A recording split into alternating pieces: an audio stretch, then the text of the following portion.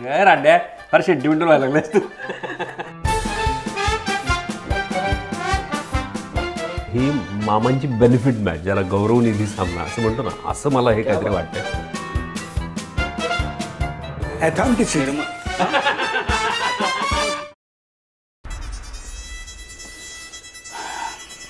बाबा काय झाली तयारी? मामा यायची वेळ झाली. काय कॅमेरे लागले, माझीच तयारी नाही झाली. थोडी भीती वाटते मामांची मला. म्हणजे पण मामा is a very friendly person, he is very cool person. अगदी 200% माझ्या नाही. दुसरा सब्जेक्ट नाही काय तुम्हाला? मामा मामा मामा तुझा लोड तू माझ्यावर टाक.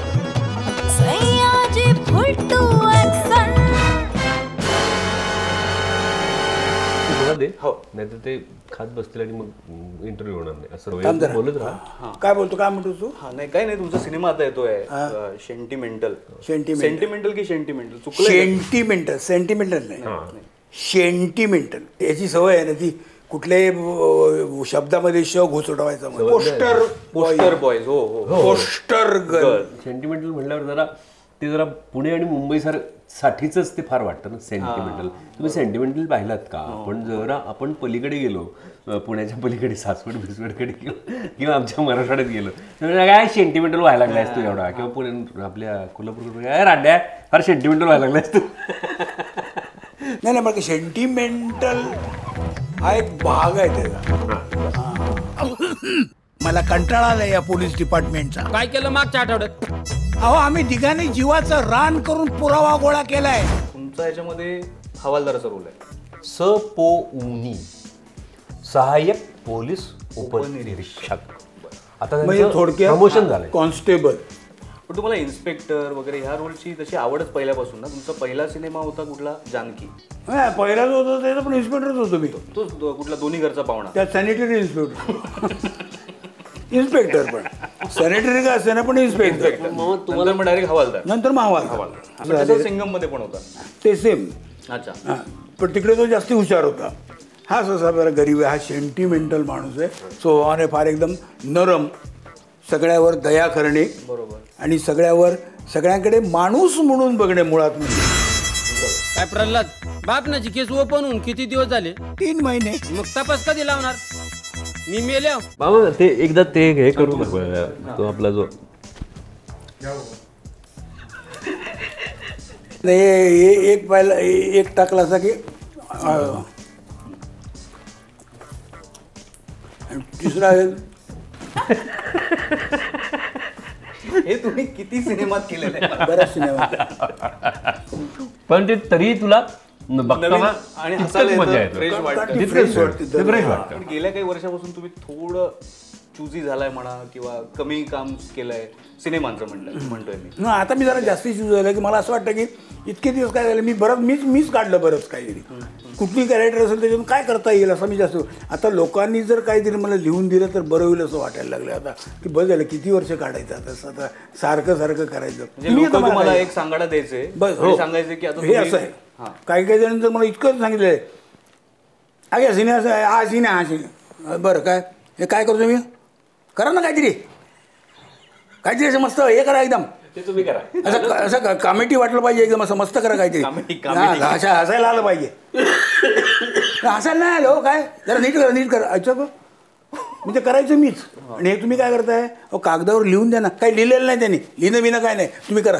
आहे ना, हे असं कसं करायचं? अशी कॉमेडी होते काय कधी? पण तरी तुम्ही सांगितलं नाही कोणाला की हे चालणार नाही, मी हे असं करणार नाही, मी नट आहे. सांगितलं मी काय आला. पण ते काय होतं नंतर मग मानले होतात ना की हा करत नाही, त्याला त्यापेक्षा दुसरा कोणी घेतलेला बरा, हे पण होतं ना. असे जे मामा आता चुजी झालेले आहे त्यांना तू कसं तयार केलं? फार गंभीर स्क्रिप्ट लिहून गेलास त्यांच्याकडे? यायलाच पाहिजे होतं. खरंच म्हणजे काय नाही, पण मी खरंच स्क्रिप्ट घेऊन गेलो. म्हणजे मी ज्या दिवशी गेलो मामांकडे फार गंमत झाली. मामांनी बोलवलं, मग आम्ही गेलो भेटायला. आणि मामानं म्हटलं की असं आहे मामा, मी एक गोष्ट लिहिली, म्हणजे स्क्रिप्टच लिहिली, माझं सगळं रेडी आहे, पण तुम्ही मला त्यात काम करावं असं वाटतं. बरं मी याच्यात का काम करावं, हा एक त्यांचा फारच गमतीशीर प्रश्न होतो. तर मी म्हटलं नाही, हे स्क्रिप्ट बघा ना तुम्ही, म्हणजे मी आणली आहे, हे बघ म्हणे इथे कोपरा असं दाखवलं आणि ते अशा स्क्रिप्ट लावलेलं थप्पी. हे बघ म्हणे हे या सगळ्यांना मी नाही म्हटले, तर तुला का हो म्हणून म्हटलं बरोबर, तुम्ही वाचा, तुम्हाला आवडलं तर आपण फिल्म करूया, तुम्हाला नाही आवडली तर सगळ्यात खाली ठेवून द्या माझं स्क्रिप्ट.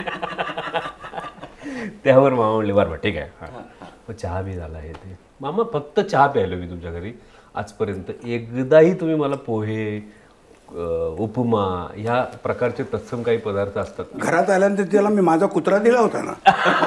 अरे हो, अंगावर कुत्रा सोडला होता, घेतला नाही त्याने. मला भयंकर फोबिया आहे कुत्र्याचा. अरे बरं हे माझ्याबरोबर दुसऱ्यांदा घडत होतं, म्हणजे आधी पोस्ट बॉयच्या वेळेस पण घडलं होतं एकदा. श्रेयसच्या घरी मी गेलो श्रेयसला स्क्रिप्ट ऐकवायला म्हणून, आणि बेल वाजवली. मी आणि चारू दत्त भागवत, चारू पुढे आणि मी मागे. बेल वाजली आणि असा असा आवाज आला आणि अरे समीर कुठे आणि चारू म्हणला अरे हा का इथे होतो आता, मी खाली गेलो होतो. पण ह्याने जे वाऊ करून कुत्र्याचा आवाज जो काढला ना, वाऊ करून तो कुत्र्याला पण एवढा चांगला जमला. हे टायमिंग आहे. पण मामा तुम्ही हल्लीचे जे कलाकार आहेत त्याच्याबरोबर कसे मिक्स होता, म्हणजे आता आंधळी गोष्टी सगळे नवीन पिढीचे स्टॉलवर्ड्स होते. नाव मला घ्यायला लावू नको, वी आर ऑन पण होता नंतर त्यात अनेक स्टॉलवर्ड्स होते. स्टॉलवर्ड होतं आणि कोणीच नव्हतं, आणि स्टॉलमध्ये पण कोण नव्हतं. लहान आहेत किंवा नवीन आहेत म्हणून त्यांच्याकडे दुर्लक्ष करून चालणार नाहीत. हे लोक यांची पोटेन्शियलिटी जबरदस्त आहे ना, माहिती आहे काय करायचं आणि चांगल्या रीतीने करतात. हे मला मजाच आली. म्हणजे मला नेहमी असं असतं की मला जो माणूस माझ्या ह्याच्याप्रमाणे टायमिंग देतो ना की मी खुश असतो, मग मजा येते करायला, म्हणजे त्याच्यावर काम करायचं. आणि अशी लीन आहे तशी, असं नाही की मे बाबा काय ह्याच्यात मी हे केलं त्याच्यात मी, असलं काही नाही. इतकी सरळ साधी स्वच्छ मुलं आहेत नाही की, आणि इतकी भयंकर रिस्पेक्ट देणारी. पण मी त्यांना तसं जाणवू देत नाही कधी.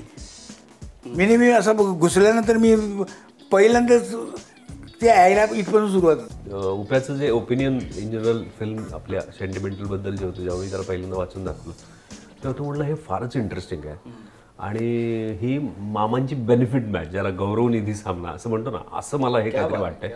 आणि मला याच्यात खरंच सामील व्हायला आवडेल. पण या फिल्ममधला दिलीप ठाकूर तुम्हाला इतका गमतीचा वाटेल आणि इतका वेगळा वाटेल, जो त्याच्यासाठी पण खूप वेगळा होता. मी जे ऐकलंय की जेव्हा तुम्ही असे भरपूर कलाकार एका सिनेमात आहेत, असा जरी सिनेमा असला तरी तुम्ही पूर्ण वेळ सेटवर असता.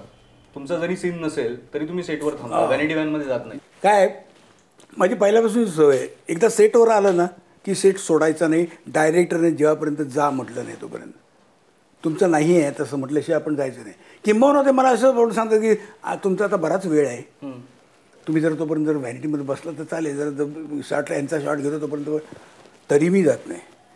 कारण माझं न जाण्यात माझा स्वतःचा फायदा आहे.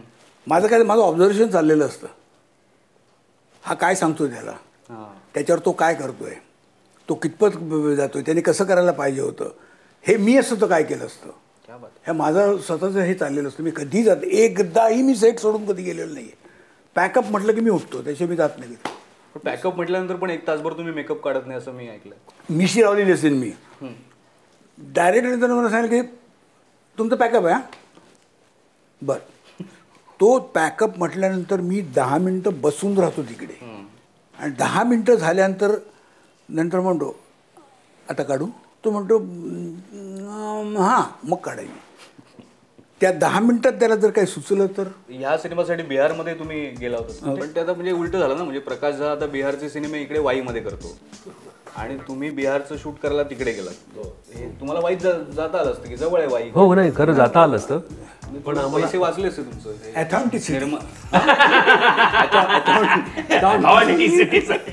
पण खरंच मी तिकडे जाण्याचा माझा सगळ्यात महत्त्वाचा हे होता की ते कथेमध्ये इतकं गरजेचं होतं. बरं तिकडे माणसं पण तशी मिळतात, तुम्ही आता ज्युनियर पण इकडून तसे घेऊन. महत्त्वाचं सगळ्यात कारण म्हणजे बाकी सगळ्या गोष्टी मिळतील, इकडे बिहार सारखे पण माणसं नाही मिळणार. माणसं नाही मिळत. त्यांचा माणसाचा चेहरा तो टिपिकल आहे बिहारी. हा माणूस महाराष्ट्रीयन नाही हे कळलं पाहिजे. बरोबर. तुमचा संबंध तिथल्या पोलिसांची वगैरे येत असेल, मग तुम्ही बिहारीमध्ये बोलला असाल तिकडे त्याच्यात? आम्ही कसले बिहारी बोलतोय, तिथले 2-4 बिहारी लोक नंतर मराठी बोलायला लागले.